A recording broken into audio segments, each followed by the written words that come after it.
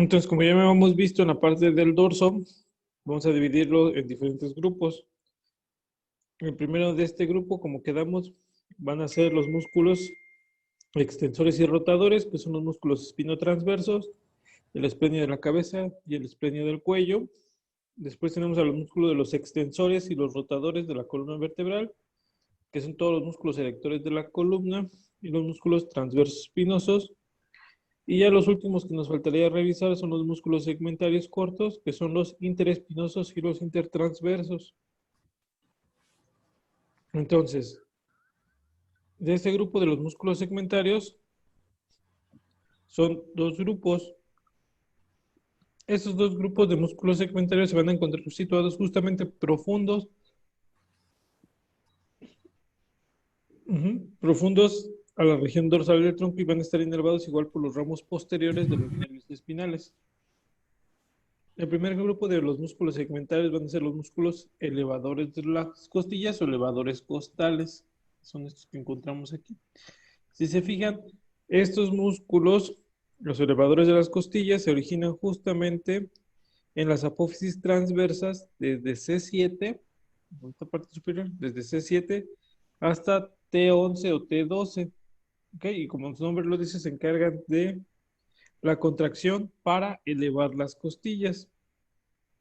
Estos tienen una dirección que va oblicua lateral y desciende y se insertan en la costilla inferior a la vértebra de origen, en el área del tubérculo. Su contracción de lo que se va a encargar es de elevar la costilla. Entonces vean, a veces ¿qué puede pasar? Pueden ser 12 u 11, dependiendo a veces este último, que va desde T12, puede estar ausente, pero empieza justamente a nivel de C7. Entonces, todos estos van y se fijan a las costillas para poder elevarlos. Y el segundo grupo de músculos segmentarios son los músculos segmentarios verdaderos de la región dorsal del tronco, que van a ser los interespinosos que discurren entre las apófisis espinosas adyacentes y el resto son los intertransversos. Entonces, los intertransversos que nos tenemos, estos músculos se constituyen justamente en las apófisis transversas adyacentes y estos músculos posturales estabilizan las vértebras en conjunto durante los movimientos de la columna vertebral con el fin de permitir una acción más eficaz de los grupos musculares mayores. Entonces, esos serían los tres músculos segmentarios, entonces elevadores de las costillas, interespinales y los intertransversos. Los interespinales se van a encontrar entre las apófisis espinosas de las vértebras, justamente uno al lado de cada del ligamento interespinoso. Recuerden que aquí está el ligamento nucal, después se continúa con lo que es el ligamento interespinoso y a cada lado de cada ligamento interespinoso se va a encontrar el músculo interespinal. Entonces, aquí tenemos los músculos elevadores de las costillas, interespinales e intertransversos.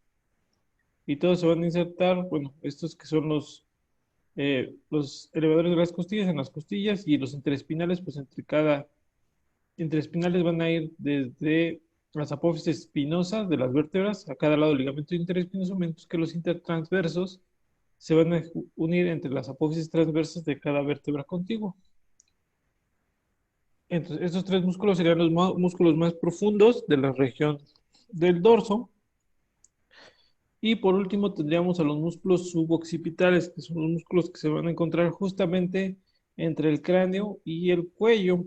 Estos se van a acordar tanto movimiento y suspensión a lo que sería la articulación atlanto-occipital. Entonces, empezando con estos músculos suboccipitales, van a estar profundos en la región cervical superior, en la base del hueso occipital, y se van a encargar de mover la cabeza. Conectan a la vértebra C1, que es el atlas, con la vértebra C2, el axis. Y conectan ambas vértebras con la base del cráneo y debido a su localización se denominan también músculos suboccipitales. Estos se van a encontrar a cada lado y van a incluir los siguientes músculos, que es el recto posterior mayor de la cabeza, que es este, el recto posterior menor de la cabeza, el oblicuo inferior de la cabeza y el oblicuo superior de la cabeza. Entonces, fíjense, son 4 músculos, 2 oblicuos, 2 rectos, que se van a encargar de, eh, de mover como tal y darle soporte a esa articulación. Entonces, la contracción de estos músculos suboccipitales va a extender la cabeza en la articulación atlantoaxial. Estos van a estar inervados por el ramo posterior del primer nervio cervical, que entra a esta zona justamente entre la arteria vertebral y el arco posterior del atlas. Aquí ven cómo está. Tenemos aquí justamente la arteria vertebral y entre la arteria vertebral y el arco posterior del atlas va a salir el ramo posterior de C1 que va a dar la inervación a estos 4 músculos. El aporte vascular para los músculos de esta zona se realiza a través de las ramas de la arteria vertebral y la arteria occipital. Entonces, la arteria vertebral, recuerden que va a ser rama de la arteria subclavia y va a viajar a través de los forámenes vertebrales, mientras que la arteria occipital es rama de la arteria carótida externa. Después, los músculos suboccipitales van a formar límites del triángulo suboccipital. Entonces, el recto posterior mayor, aquí veanlo.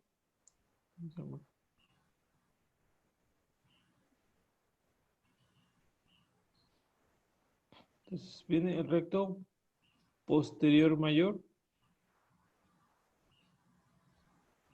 forma el borde medial del triángulo.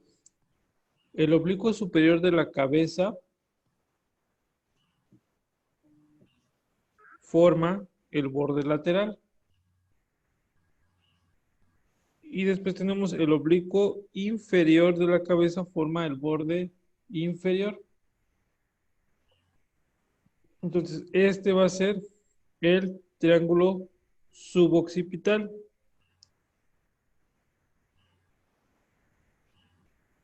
Y el contenido que vas a encontrarse en esta área van a ser los músculos del ramo posterior, digo, el ramo posterior de C1, la arteria vertebral y sus venas asociadas. Entonces, en este triángulo suboccipital se van a encontrar principalmente la arteria vertebral y la rama posterior de C1. ¿Ok? Entonces, ese es el triángulo suboccipital. El único que va a estar excluido de ese triángulo es el recto posterior menor de la cabeza. ¿Ok? Y aquí vean cómo se están juntando a nivel de lo que sería C2, este C2, ¿ok? En su apófisis espinosa.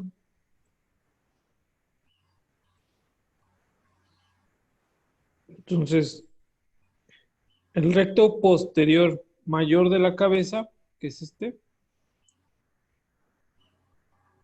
el recto posterior mayor de la cabeza, se va a originar justamente a nivel de la apófisis espinosa del axis, de C2, y se va a insertar justamente en la porción lateral del hueso occipital por debajo de la línea nucal inferior. Acuérdense que aquí en la región occipital tenemos una línea nucal superior en donde va a ir insertado el esplenio de la cabeza y en la línea nucal inferior se va a insertar justamente el recto posterior mayor de la cabeza. El recto posterior menor de la cabeza, este se va a insertar en el tubérculo, que sería el símil a la apófisis espinosa. Entonces, en el tubérculo posterior del atlas y se va a insertar en la porción medial del hueso occipital justamente por debajo de la línea nucal inferior. Después tenemos el oblicuo superior de la cabeza.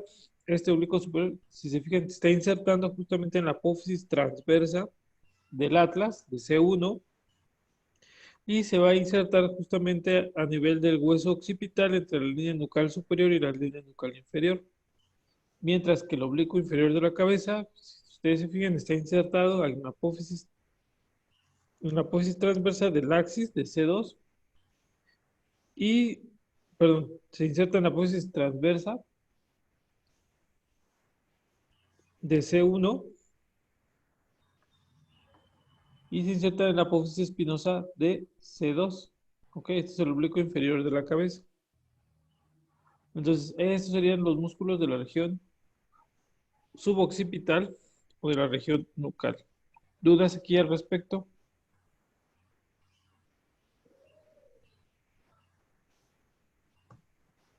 ¿No?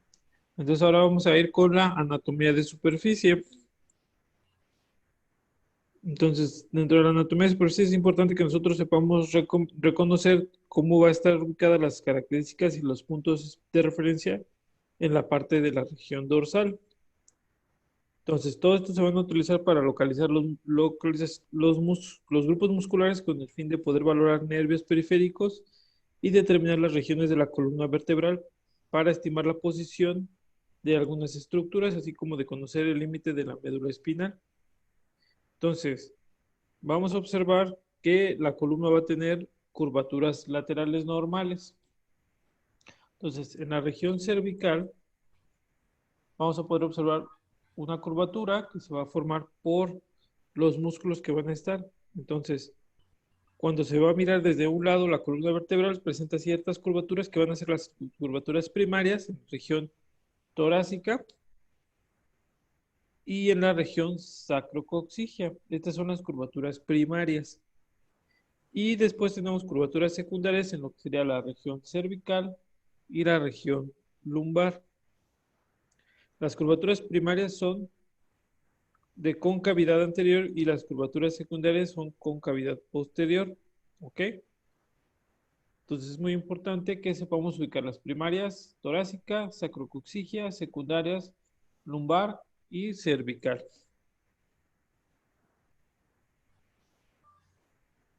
Después vamos a observar que se va a ver diferentes sitios que van a ser fácilmente identificables como salientes óseas. Entonces, dentro de estas salientes óseas vamos a delimitar que estos se van a poder palpar y van a proporcionar puntos de referencia para definir músculos, localizar estructuras y entre estos rasgos se encuentran la protuberancia occipital externa, que si fijan es un sitio importante porque de ahí vamos, desde aquí va a correr el ligamento nucal, que va a viajar prácticamente hasta la región del sacro. Entonces, la protuberancia occipital externa la vamos a poder palpar en la línea media, en la parte posterior de la cabeza, inmediatamente superior a la línea del pelo. Entonces, si ustedes ahí en casa pueden tocarse prácticamente la protuberancia occipital externa. Después vamos a poder palpar lo que sería la espina de la escápula, el borde medial y el ángulo también de la escápula. Todos estos resultan visibles en ocasiones y son fácilmente palpables. Ustedes pueden tocar justamente esta espina y el borde. Aunque muevan ustedes el hombro, no se puede palpar. Incluso si ustedes hacen presión contra la pared, por ejemplo, es como si fueran a hacer una lagartija, se hace más prominente esta área y la pueden palpar de forma mejor. Después, la cresta ilíaca, también la pueden palpar desde la parte posterior, ustedes también la pueden tocar. Entonces, esta cresta ilíaca es palpable a lo largo de toda su longitud, desde la espina ilíaca antero-superior en la parte anterior y en la parte inferior de la pared abdominal. Justamente la pueden seguir y van a llegar prácticamente hasta la espina ilíaca posterior-superior. Se pueden ir prácticamente siguiendo todo el trayecto desde la espina antero-superior hasta la espina posterior-superior y palpar justamente la unión entre el hueso coxal y el sacro. Después van a tener que en la espina ilíaca posterior-superior va a ser frecuente visualizar una depresión sacra inmediatamente lateral a la línea media. Entonces está aquí y aquí pueden ver un pequeño orificio que va a ser la depresión sacra. Entonces todas estas son las partes que nosotros podemos más fácilmente palpar y checar. Y después vamos a tener otros puntos de referencia. Entonces, primero es cómo vamos a identificar las apófisis espinosas vertebrales y no todas las apófisis espinosas las vamos a poder palpar, ni no todas las podemos identificar. Entonces, la identificación de las apófisis espinosas de cada una de las vértebras se puede utilizar para diferenciar entre las regiones de la columna y facilitar la visualización de la posición de estructuras más profundas, como los límites inferiores de la médula espinal, el espacio subaracnoideo, diferentes niveles vertebrales, como ya lo hemos hecho, y resulta posible identificar cada apófisis espinosa. Y la que es más fácil identificar, bueno, primero es la apófisis espinosa de C2. No es tan prominente como la apófisis de C7, pero se puede identificar y esta se encuentra profunda a la protuberancia, es la protuberancia ósea más superior en la línea media, inmediatamente justamente inferior al cráneo. Entonces, esta tiene que ser una palpación profunda para poder palpar la vértebra C2 y también va a depender mucho del tejido muscular y del tejido graso del paciente. Entre más masa muscular y más grasita tenga el paciente, pues es más difícil. Pero las demás apófisis espinosas no van a ser posible que las palpemos hasta que lleguemos a la apófisis espinosa de C7.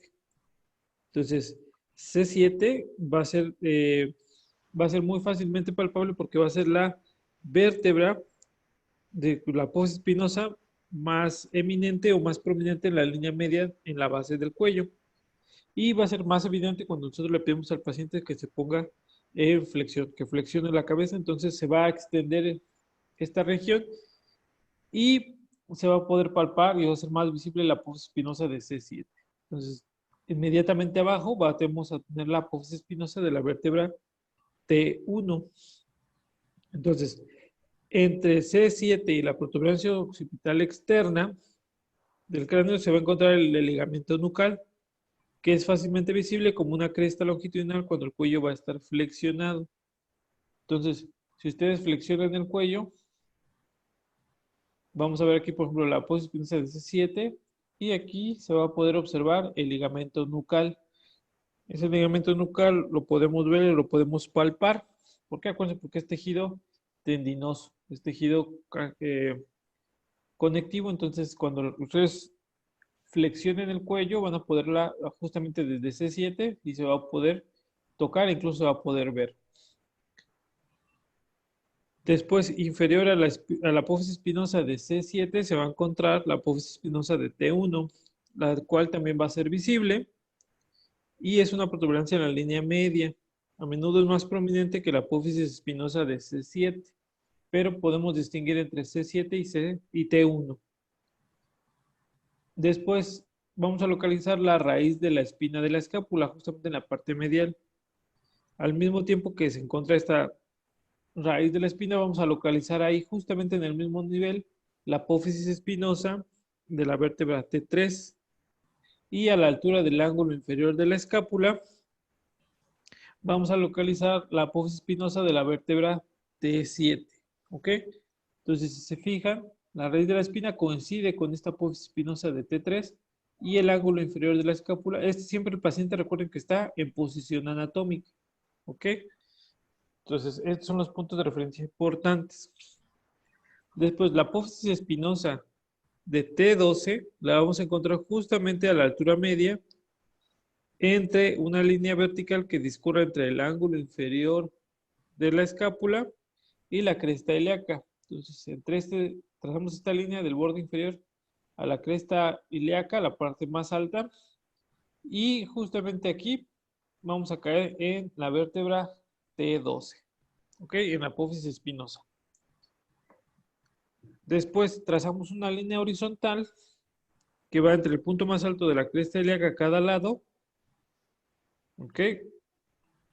Y justamente vamos a encontrar en esta región, cuando atravesamos la línea media, la apófisis espinosa de L4.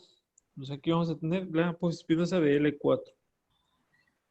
Y las apófisis espinosas de las vértebras L3 y L4 son palpables justamente por encima y por debajo de la apófisis espinosa de L4. O sea, tenemos L4 y aquí arriba va a ser L3 y abajo va a ser L5. Entonces, ya una vez localizando L4 nos podemos ubicar para identificar L3 y L4. Después, la impresión sacra o la depresión sacra se van a marcar justamente la posición de la espina ilíaca antero superior si están al mismo nivel que la apófisis espinosa vertebral de S2. Entonces, aquí en este sitio que es justamente en la unión entre la cresta ilíaca y la apófisis y el sacro, está esta impresión sacra, que es más marcada en las mujeres, no tanto en los hombres, pero en las mujeres es más visible estos orificios que se van a notar aquí.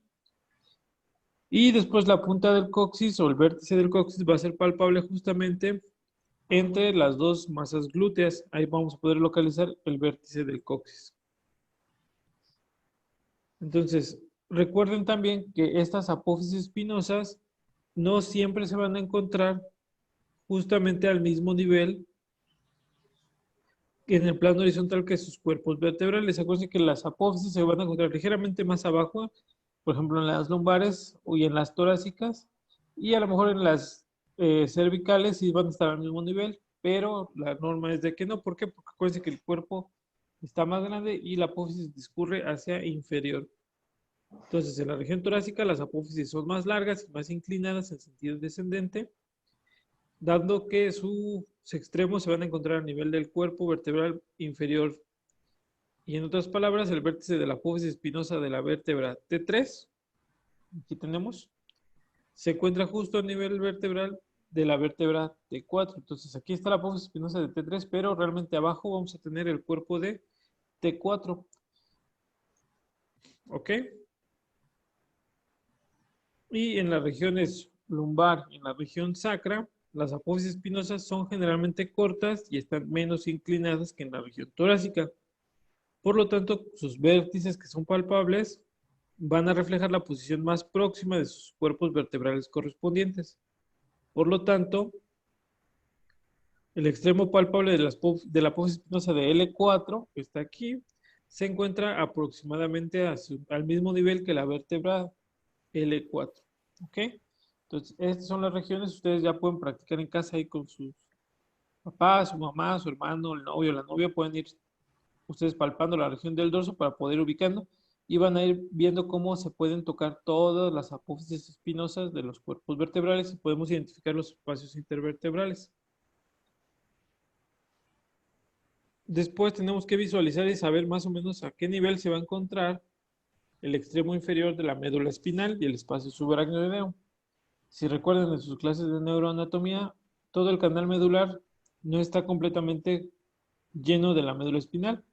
¿Qué pasa? El cuerpo crece más rápido de lo que crece la médula espinal, entonces el canal medular va a ser más amplio, pero no va a ser completamente lleno de la médula espinal. La médula espinal va a terminar justamente antes de lo que termina el canal medular. Entonces, normalmente en los adultos, la médula espinal termina a nivel del disco vertebral entre L1 y L2. Sin embargo, puede terminar a un nivel tan alto como en T12 o tan bajo como L2 y L3. Entonces puede ser muy variable dependiendo de la altura del paciente y de la complexión. Mientras que el espacio subaracnoideo finaliza aproximadamente a nivel de la vértebra S2. ¿Ok? Entonces, a nivel de S2 va a terminar el espacio subaracnoideo en el filium terminal.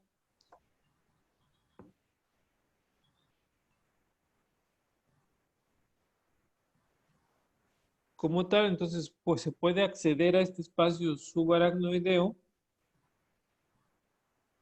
en la región lumbar inferior sin poner en riesgo la médula espinal. Es importante poder identificar la posición de las apófisis espinosas de las vértebras lumbares. Acuérdense que la apófisis espinosa de L4, vamos a caer justamente en esta línea entre el que vamos a tener de las crestas ilíacas, trazamos una línea horizontal y aquí vamos a caer justamente la apófisis espinosa de L4. Y con esto podemos identificar, palpar dónde está la apófisis espinosa de L3, la apófisis espinosa de L5 y poder colocar, por ejemplo, una punción lumbar a nivel de esta zona. ¿Ok? Ahorita les voy a poner un video de una punción lumbar para que vean cómo se hace. También vamos a poder identificar ciertos músculos en la parte dorsal, en la parte de la espalda. Entonces, varios músculos intrínsecos y extrínsecos pueden ser identificados. El mayor de ellos son el músculo trapecio y el dorsal ancho. ¿Ok? Entonces, si nosotros le pedimos al paciente que estire como tal, que estire, por ejemplo, el brazo, que lo abduzca, que lo hace abrir hacia afuera, entonces podemos palpar prácticamente cómo se abre este músculo dorsal ancho y que se extiende justamente hasta la región del húmero. Después, vamos a poner en la parte superior, si ustedes se fijan aquí, podemos delimitar desde la línea media y hacia los lados cómo se marca el músculo trapecio, ¿ok? Que estaría en esta región, y el músculo dorsal ancho. Y por último, también si le pedimos que al paciente levante los hombros, levante los brazos, entonces podemos identificar al romboides menor en la parte interna. Aquí vean cómo se marca el romboides menor, y abajo estaría el romboides mayor, ¿ok? Que los podemos identificar. Muy bien, déjenles pongo un video para que vean cómo se hace una punción lumbar.